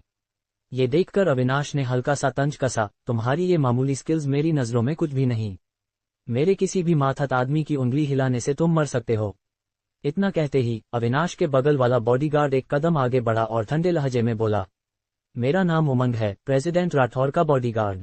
ये कहकर उमंग ने शिवम को उकसाने वाली नजरों से देखा। शिवम वहीं खड़ा रहा, बिना हिले। वह अच्छी तरह जानता था कि वह उमंग का मुकाबला नहीं कर सकता। क्या तुम में लड़ने की हिम्मत भी नहीं है? अविनाश ने ठंडे लहजे में कहा। ये सुनकर शिवम ने तुरंत अपनी मुट्ठी कस ली। वह उमंग को देखते हुए बोला, जिसमें जंग की चमक थी। दरअसल शिवम भी जानना चाहता था कि ये तथाकथित टॉप मार्शल आर्टिस्ट कितने ताकतवर हैं। शिवम की प्रतिक्रिया देखकर उमंग ने हल्का सा तंज कसा। उसने फिर से शिवम को इशारा किया और बोला, अपना ट्रम्प कार्ड दिखाओ, मुझे देखने दे। शिवम ने गहरी सांस ली। उसने अपनी आंतरिक आध्यात्मिक ऊर्जा को जुटाया और उसे चरम पर ले गया। मिस्टर राठौर, फिर मैं कोई रहम नहीं करूंगा, शिवम ने कुछ उत्साह के साथ कहा। उमंग, ध्यान रखना, अविनाश ने याद दिलाया। अविनाश को भी थोड़ी बेबसी महसूस हो रही थी। अगर कोई और वक्त होता तो वह शिवम को मार डालने पर भी पलक न झपकता। लेकिन ये लड़का वह था जिसे मोनिका पसंद करती थी। अगर उसे कुछ हो गया तो शायद उसकी बेटी उससे जिंदगी भर नफरत करती। उमंग ने सिर हिलाया और बोला, जी मिस्टर राठौर। ये कहकर उमंग ने फिर से शिवम को इशारा किया। शिवम ने जरा भी देर नहीं की। वह जोर से चिल्लाया, अपनी मुट्ठी कसी और उमंग की ओर दौड़ा। उसके घूंसे की रफ्तार बहुत तेज थी और उसकी ताकत और भी जबरदस्त थी। शिवम ने अपनी सारी ताकत झोंक दी थी ताकि वह खुद को साबित कर सके। लेकिन जब उसका घूंसा उमंग को छूने वाला था, उमंग ने फुर्ती से उसे चकमा दे दिया। ये कैसे मुमकिन है? शिवम का चेहरा बहुत खराब हो गया। उसने उमंग की चकमा देने की हरकत को साफ साफ नहीं देखा। उसे साफ दिख रहा था कि उसका घूंसा उमंग को लग चुका था। फिर से उमंग की आंखों में कुछ मजाक था। शिवम ने दांत पीसे, जोर से चिल्लाया और फिर से उमंग की ओर दौड़ा। इस बार शिवम ने अपने दोनों हाथों और पैरों का इस्तेमाल किया और उसकी रफ्तार को चरम पर ले गया। पलक झपकते ही शिवम ने दर्जनों घूंसे फेंक दिए, लेकिन शिवम को निराशा हुई कि इन दर्जनों घूंसों ने उमंग के कपड़ों को भी नहीं छुआ, बल्कि इससे वह खुद थक गया। शिवम जोर जोर से हाँफ रहा था और उसके माथे पर पसीने की परतें थीं। दूसरी ओर उमंग शांत और स्थिर था। उसकी आंतरिक आध्यात्मिक ऊर्जा बिल्कुल स्थिर थी। बस इतना ही है तुम में, उमंग ने तंज कसा। अगर यही तुम्हारा ट्रम्प कार्ड है तो मैं तुम्हें सलाह देता हूं कि जल्दी हार मान लो, अविनाश ने भी ठंडे लहजे में कहा। ये मामूली स्किल्स, मुंबई में तो इनका कोई जिक्र भी नहीं। कोई भी नौजवान तुमसे हजारों लाखों गुना बेहतर है, अविनाश ने जोर से डांटा। शिवम का चेहरा बहुत खराब था। उसने अपने दांत कसकर पीसे, उसमें बगावत थी। फिर से शिवम ने चिल्लाकर कहा और एक बार फिर उमंग की ओर दौड़ा। लेकिन इस बार भी नतीजा वही रहा। चाहे शिवम ने कितनी भी कोशिश की, वह उमंग के एक बाल को भी नहीं छू सका। उमंग ने अपने हाथ पीछे रखे और शिवम को हमला करने दिया। उसमें जरा भी जवाबी हमले का इरादा नहीं था। ये कैसे मुमकिन है? शिवम बार बार चिल्ला रहा था। वह जानता था कि उसके और उमंग के बीच फासला था, लेकिन उसे नहीं पता था कि ये फासला इतना बड़ा होगा। तुम बहुत कमजोर हो, बहुत कमजोर, उमंग चकमा देते हुए सिर हिलाता रहा। उसकी आंखों में तंज साफ दिख रहा था। तुम्हारी इस छोटी सी काबिलियत के साथ क्या तुम्हें लगता है कि तुम मिस मोनिका के लिए इंतजार करने लायक हो? उमंग ने तंज कसा। तुम्हें जयपुर में ही चुपके से रहना चाहिए। मिस मोनिका को उन लोगों के साथ होना चाहिए जो असाधारण हैं, उमंग ने हंसते हुए कहा। चुप करो। तभी शिवम अचानक चिल्लाया। उसकी आंतरिक आध्यात्मिक ऊर्जा तुरंत चरम पर पहुंच गई और उसने उमंग के चेहरे पर एक घूंसा मारा। रफ्तार में अचानक आई तेजी ने उमंग को जवाब देने का मौका नहीं दिया। ये घूंसा सीधे उमंग के चेहरे पर लगा। गुस्से और अविश्वास से भरे चेहरे के साथ उमंग को एक कदम पीछे हटना पड़ा। दूसरी ओर अविनाश को थोड़ा मजा आ रहा था। शिवम दूर खड़ा था, जोर जोर से हाँफते हुए। वह हंसते हुए बोला, तो तुम अजेय नहीं हो? हा, उमंग का चेहरा थोड़ा ठंडा था। उसने अपने मुंह का कोना पोंछा और शिवम को ठंडी नजरों से देखते हुए बोला, तुम जैसे कचरे से मार खाना सचमुच शर्मनाक है। यहाँ तक कहकर उमंग ने एक पल रुककर गुस्से में चिल्लाया, लेकिन तुम्हारी किस्मत खराब है। इतना कहते ही उमंग ने खुद पहल की और शिवम की ओर दौड़ा। उसकी रफ्तार इतनी तेज थी कि शिवम को जवाब देने का मौका भी नहीं मिला और उसका घूंसा शिवम के पेट पर जा लगा। जोरदार धमाके के साथ शिवम को लगा जैसे उसके अंदरूनी अंग टूट जाएंगे। तीव्र दर्द शिवम के लिए असहनीय था। वह अपने पेट को पकड़कर जमीन पर गिर पड़ा। उसके मुंह से खून की उल्टी हो गई। शिवम ने मुंह खोला और दर्द से कराहने लगा। उमंग ने शिवम को ठंडी नजरों से देखा और तंज कसते हुए बोला, जैसा मैंने कहा, तुम्हारी इस मामूली काबिलियत के साथ तुम मिस मोनिका को पाने के लायक नहीं हो। ये कहकर उमंग ने अविनाश की ओर मुड़कर कहा, मिस्टर राठौर, हो गया। अविनाश ने जमीन पर तड़प रहे शिवम को देखा और सिर हिलाया। साफ था कि शिवम ने लड़ने की काबिलियत खो दी थी। चलो, अविनाश ने हाथ हिलाया। जी, उमंग और दूसरा बॉडीगार्ड ने सिर हिलाया और दरवाजे की ओर चल दिए। रुको, तभी शिवम ने पीछे से चिल्लाया। मुड़कर देखने पर उन्होंने देखा कि शिवम खड़ा हो चुका था। हालांकि वह थोड़ा लड़खड़ा रहा था, लेकिन वह दृढ़ता से खड़ा था, बिना खुद को गिरने देने। अभी खत्म नहीं हुआ, शिवम ने अपने मुंह के कोने से खून पोंछा और ठंडे लहजे में बोला। उमंग के चेहरे पर नाराजगी का भाव आ गया। क्या तुम अभी भी मार खाना चाहते हो? उमंग ने गुस्से में कहा। फक यू, शिवम ने गुस्से में चिल्लाया और फिर से उमंग की ओर दौड़ा। तुम बहुत बढ़ चढ़कर बोल रहे हो, उमंग ने ठंडे लहजे में तंज कसा। उसने आसानी से शिवम के घूंसे को चकमा दिया। फिर उसने शिवम की गर्दन पकड़ी और अपने घुटने को शिवम के पेट में दे मारा। पफ, उसके घुटने ने और ज्यादा ताकत लगाई और दर्द और भी तीव्र था। शिवम ने अपने पेट को पकड़कर जमीन पर गिरकर दर्द से तड़पने लगा। इस बार दर्द ने शिवम को लगभग बेहोश कर दिया और उसके माथे पर ठंडा पसीना छलक आया। मिस्टर राठौर, चलें, उमंग ने कहा। अविनाश ने भौहें चढ़ाईं। वह जैसे ही जाने वाला था, शिवम फिर से खड़ा हो गया। वह अपनी देह को कसकर पकड़े हुए था और उमंग को घूरते हुए चिल्लाया, अभी खत्म नहीं हुआ। मैं अभी हारा नहीं हूँ। इस बार उमंग पूरी तरह नाराज हो गया। उसका चेहरा और सर्द हो गया और उसके शरीर की आंतरिक ऊर्जा अचानक तेज हो गई। मरना चाहते हो? उमंग ने मुड़कर शिवम की ओर कदम बढ़ाए। शिवम का चेहरा खून से सना था। उसने सिर झुकाया और हंसते हुए कहा, मैं अभी तक नहीं हारा। चलो चलो, अविनाश ने भौहें चढ़ाईं और बोला, अगर ऐसा ही चला तो तुम मर जाओगे। शिवम ने ठंडे लहजे में हंसते हुए कहा, मैं नहीं मरूंगा। जब तक मैं मिस मोनिका से दोबारा शादी नहीं कर लेता, मैं कभी नहीं मरूंगा। डैम इट, मैं तुम्हें अभी मार डालूंगा, उमंग ने गुस्से में कहा। वह अपने स्टील जैसे घूंसे को शिवम पर जोर से मारने लगा। लेकिन कुछ चौंकाने वाला हुआ। इस बार उमंग का घूंसा शिवम के शरीर पर नहीं लगा, बल्कि शिवम ने उसे मजबूती से अपने हाथ में पकड़ लिया। ये कैसे मुमकिन है? अविनाश का मुंह खुला रह गया। उसे अपने सामने के नजारे पर यकीन नहीं हो रहा था। उमंग की आंखों की पुतलियां एकदम फैल गईं। इस लड़के ने ये कैसे किया? हा, तुम मुझे मारना चाहते हो? शिवम ने सिर उठाया और उमंग को कुछ डरावने भाव से देखा। मैंने कहा, मिस मोनिका से शादी करने से पहले मैं नहीं मरूंगा, शिवम ने सिर उठाकर चिल्लाया। इस गुस्से भरी चीख के साथ शिवम ने उमंग के चेहरे पर पूरी ताकत से एक घूंसा मारा। बैंग! जब ये घूंसा लगा तो उमंग उड़कर दीवार से जा टकराया। उसका पूरा शरीर दीवार से टकराया और तुरंत दीवार पर मकड़ी के जाले जैसे दरारें बन गईं। शिवम का पूरा शरीर खून से सना था और उसका चेहरा मुश्किल से दिख रहा था, लेकिन उसके मुंह पर अभी भी मुस्कान थी। इस पल उसकी मुस्कान बेहद डरावनी थी। हा, शिवम लड़खड़ाता हुआ था और किसी भी पल गिर सकता था। तुम मरने की तमन्ना रखते हो? उमंग जमीन से उठा। उसका चेहरा लाल था। साफ था कि इस घूंसे से उसे भी चोट लगी थी। नौजवान, अगर तुम गिर गए तो सब खत्म हो जाएगा।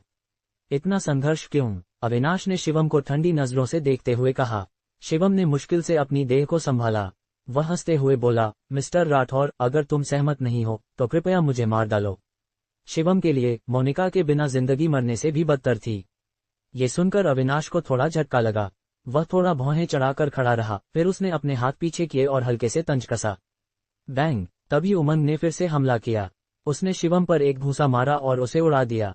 उमंग ने इस घूंसे में साफ तौर पर ज्यादा ताकत लगाई थी और उमंग को पूरा भरोसा था कि वह इस घूंसे से शिवम को बेहोश कर देगा। आखिरकार खत्म हुआ, उमंग ने हाँफते हुए ठंडे लहजे में कहा। अविनाश ने हाथ हिलाया और बोला, चलो। लेकिन तभी जमीन पर पड़े शिवम ने एक हल्की सी कराह निकाली। फिर शिवम ने अपनी बांह जमीन पर टेकी और मुश्किल से अपनी देह को खड़ा करने की कोशिश की। 1 बार, 2 बार, 3 बार। शिवम ने कुल 9 बार कोशिश की, लेकिन वह खड़ा नहीं हो सका। उसकी चोटें बहुत गंभीर थीं। अगर कोई और होता तो वह कब का मर चुका होता। लेकिन फिर भी शिवम ने हार मानने का इरादा नहीं किया। वह 10वीं बार कोशिश करना चाहता था। अविनाश के चेहरे पर हैरानी का भाव आ गया। वह वहां खड़ा रहा और एक पल के लिए सोच में डूब गया, फिर शिवम के सामने गया। तुम्हारा नाम शिवम है ना? अविनाश ने गहरी सांस ली। मैं तुम्हें 1 साल का समय दे सकता हूं, लेकिन याद रखो, सिर्फ 1 साल। अगर 1 साल बाद तुम मेरे मापदंडों पर खरे नहीं उतरे तो चाहे तुम मर जाओ, मैं नहीं मानूंगा, अविनाश ने ठंडे लहजे में कहा। मिस्टर राठौर, ये सुनकर दोनों बॉडीगार्ड्स का चेहरा तुरंत बदल गया। अविनाश सचमुच मान गया? अविनाश ने हाथ हिलाकर दोनों को चुप रहने का इशारा किया। जमीन पर पड़ा शिवम आखिरकार जमीन पर गिर गया और अब खड़ा नहीं हो सका। उसने अपनी सारी ताकत लगाकर धीमी आवाज में बुदबुदाया, मिस्टर राठौर। शुक्रिया। अविनाश ने और कुछ नहीं कहा और होटल से बाहर चला गया। ... इस वक्त मोनिका नींद से जाग चुकी थी, क्योंकि उसे बेचैनी महसूस हो रही थी। जब उसने देखा कि अविनाश होटल में नहीं था तो उसकी बेचैनी और बढ़ गई। जल्द ही अविनाश होटल वापस आ गया। तुम कहाँ गए थे? लाइट्स जलने से पहले मोनिका की हल्की आवाज सुनाई दी। अविनाश का शरीर कांप गया। वह कुछ अटपटे ढंग से बोला, मोनिका, तुम अभी तक सोई नहीं? क्या तुम शिवम से मिलने गए थे? मोनिका की आवाज तुरंत कुछ तेज हो गई। कंगना रनौत से जुड़ा ये राज जानकर यकीन नहीं होगा। भारतीय इतिहास की 7 सबसे खूबसूरत राजकुमारियां। अविनाश ने हल्की सी मुस्कान के साथ कहा। अपनी बेटी के सामने वह पूरी तरह बेबस था। मोनिका, मैं तुमसे वादा करता हूं कि शिवम को कुछ नहीं हुआ। अविनाश ने बच्चे की तरह उंगली उठाकर कसम खाए।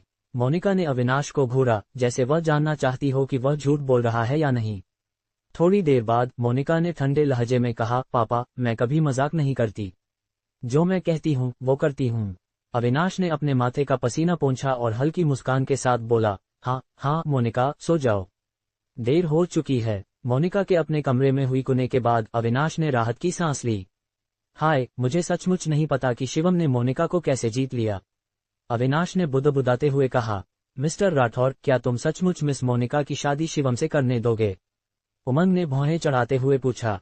अविनाश ने बेपरवाही से हंसते हुए कहा, मैंने कब कहा कि मैं मान गया? मैंने सिर्फ इतना कहा कि मैं उसे 1 साल का समय दूंगा। बस 1 साल, मैं इंतजार कर सकता हूँ। लेकिन उमंग ने भौहें चढ़ाईं। अगर 1 साल बाद उसने वाकई कुछ हासिल कर लिया तो?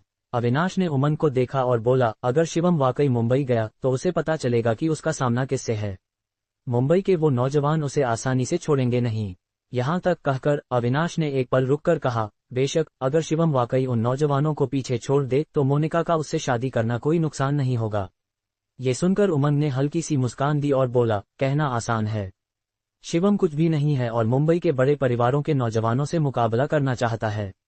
ये तो नामुमकिन है। अविनाश ने सिर हिलाया और बोला, जरूरी नहीं। ऐसा नहीं है कि कोई अकेले दम पर बड़े परिवारों का मुकाबला नहीं कर सकता। जैसे रौनक, जैसे रेहान।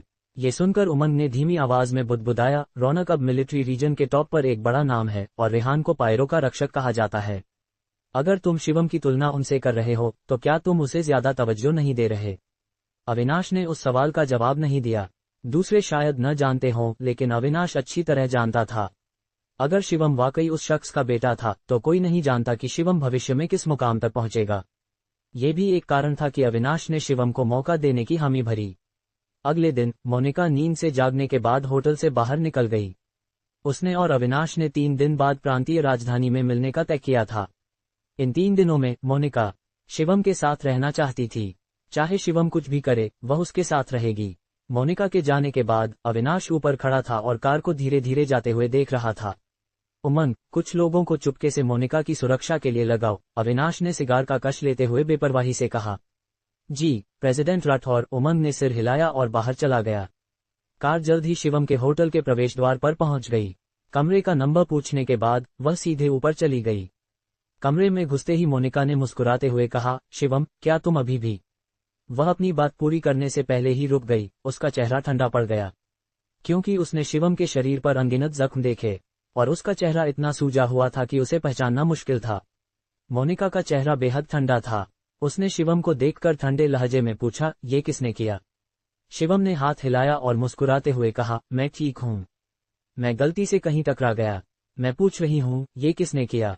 मोनिका का लहजा और सर्द हो गया, यहाँ तक कि शिवम भी डर गया। शिवम को समझ नहीं आ रहा था कि वह कैसे समझाए। वह ये तो नहीं कह सकता था कि ये अविनाश ने किया, ना। लेकिन मोनिका इतनी चतुर थी कि उसने जल्दी ही अंदाजा लगा लिया। ये मेरे पापा ने किया है ना? मोनिका ने शिवम को देखकर पूछा। शिवम ने कुछ नहीं कहा, जो एक तरह से हामी थी। मोनिका तुरंत गुस्से में आ गई। उसने फोन निकाला और अविनाश को कॉल करने वाली थी। शिवम ने जल्दी से उसे रोका और सिर हिलाकर कहा, मिस मोनिका, मिस्टर राठौर को दोष मत दो। सच कहूं, मैं उनका बहुत शुक्रगुजार हूं। शुक्रगुजार? मोनिका सन रह गई, जैसे उसे समझ नहीं आया कि शिवम का मतलब क्या है। शिवम ने मुस्कुराते हुए कहा, सचमुच, उन्होंने मुझे 1 साल का समय देने का वादा किया है ताकि मैं खुद को साबित कर सकूं। हालांकि ऐसा था, मोनिका फिर भी थोड़ी नाराज थी।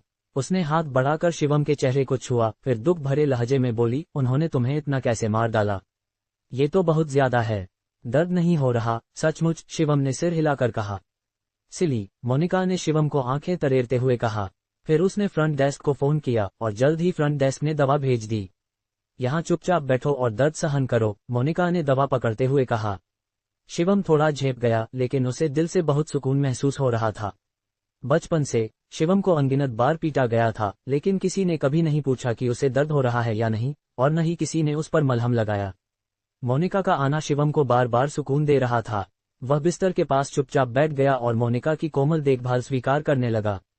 मोनिका ने दवा ली और सावधानी से शिवम के जख्मों पर लगाए। दर्द हो रहा है? मोनिका ने दवा लगाते हुए सावधानी से पूछा। शिवम ने जल्दी से कहा, नहीं, दर्द नहीं हो रहा। उनकी नजदीकी ने शिवम को बहुत घबरा दिया। मोनिका के शरीर की हल्की सी खुशबू ने शिवम को लगभग बेहोश कर दिया। उसने गहरी सांस ली और मोनिका की खुशबू को सावधानी से सूंघा। मोनिका के ठंडे और खूबसूरत चेहरे पर इस पल सिर्फ चिंता और दुख था। शिवम को हल्की सी हंसी आ गई। तुम्हें इतनी मार पड़ी, फिर भी हंस रहे हो? मोनिका ने आंखें तरेरते हुए कहा। शिवम ने सिर खुजलाया और शर्मिंदगी से मुस्कुराया। दवा लगाने के बाद मोनिका शिवम को खाना खाने के लिए बाहर ले गई। खाने के बाद मोनिका ने पूछा, अगले कुछ दिनों के लिए तुम्हारा कोई प्लान है? शिवम ने सिर हिलाया और बोला, हाँ, मैंने सुना है कि साउथ सिटी में एक नीलामी है, शायद आज रात को। साउथ सिटी की नीलामी? तुम क्या खरीदना चाहते हो? मोनिका को थोड़ा आश्चर्य हुआ। मैं अपनी किस्मत आजमाना चाहता हूं और देखना चाहता हूं कि क्या वहां कोई टॉप ग्रेड जड़ी बूटियां मिल सकती हैं, शिवम ने शर्मिंदगी से मुस्कुराते हुए कहा। मोनिका ने सिर हिलाया और धीमी आवाज में बोली, साउथ सिटी की नीलामी काफी मशहूर है। मैंने मुंबई में इसके बारे में सुना है। तो ठीक है, चलो अभी साउथ सिटी के लिए निकलते हैं। मोनिका ने तुरंत कार स्टार्ट की और साउथ सिटी की ओर तेजी से बढ़ गई। इस वक्त पूरी प्रांतीय राजधानी में थक्कर परिवार के पतन की चर्चा हो रही थी। पुणे के एक बड़े परिवार के रूप में थक्कर परिवार का यह हादसा जल्द ही सुर्खियों में आ गया। खबरें और भी सनसनीखेज थीं। लगभग सभी सुर्खियां थक्कर परिवार की आलोचना से भरी थीं, जैसे थक्कर परिवार के 10 अपराध, पुणे पर थक्कर परिवार का नकारात्मक प्रभाव वगैरह। थक्कर परिवार की साख इतनी खराब हो गई थी कि हर कोई उन्हें कोस रहा था। जो लोग कभी थक्कर परिवार से जुड़े थे वे भी जल्दी से दूरी बनाने लगे, डरते हुए कि कहीं वे भी फंस न जाएं। साउथ सिटी एक तटीय शहर था। वहां के लोग अमीर थे और माहौल खूबसूरत था।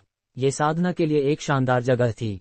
शिवम के पास अब 2 अरब का लोन था, तो उसे ज्यादा चिंता नहीं थी। 5 घंटे बाद कार आखिरकार साउथ सिटी पहुंच गई। कार से उतरते ही शिवम ने गहरी सांस ली। प्रांतीय राजधानी की तुलना में साउथ सिटी की हवा अविश्वसनीय रूप से ताज़ा थी। शिवम ने अपनी आंखें हल्के से बंद की और आसपास की आध्यात्मिक ऊर्जा को महसूस करने की कोशिश की। जैसा कि उम्मीद थी, साउथ सिटी की आध्यात्मिक ऊर्जा जयपुर और प्रांतीय राजधानी से कहीं ज्यादा थी। ये वाकई एक शानदार जगह थी। मौका मिलने पर उसे साउथ सिटी में बसना होगा, शिवम ने सोचा। शाम के 6 बज चुके थे और नीलामी रात 8 बजे शुरू होने वाली थी। इसलिए मोनिका ने सुझाव दिया, पहले कहीं खाना खा लेते हैं। तुम क्या खाना चाहते हो? एक पुरुष के रूप में शिवम को ये कहने में शर्मिंदगी महसूस हो रही थी कि वह क्या खाना चाहता है। इसलिए उसने सिर हिलाया और बोला, कुछ भी चलेगा। मोनिका ने शिवम के सिर पर हल्के से थपथपाया और आंखें तरेरते हुए बोली, जो खाना चाहते हो वो बोल दो, छोटी लड़की की तरह शर्माओ मत। दोस्तों, ये एपिसोड यहीं तक था। अगर आपको ये कहानी पसंद आई तो कृपया कमेंट में जरूर बताएं ताकि हमें प्रेरणा मिले और हम अगला एपिसोड जल्दी से जल्दी ला सकें।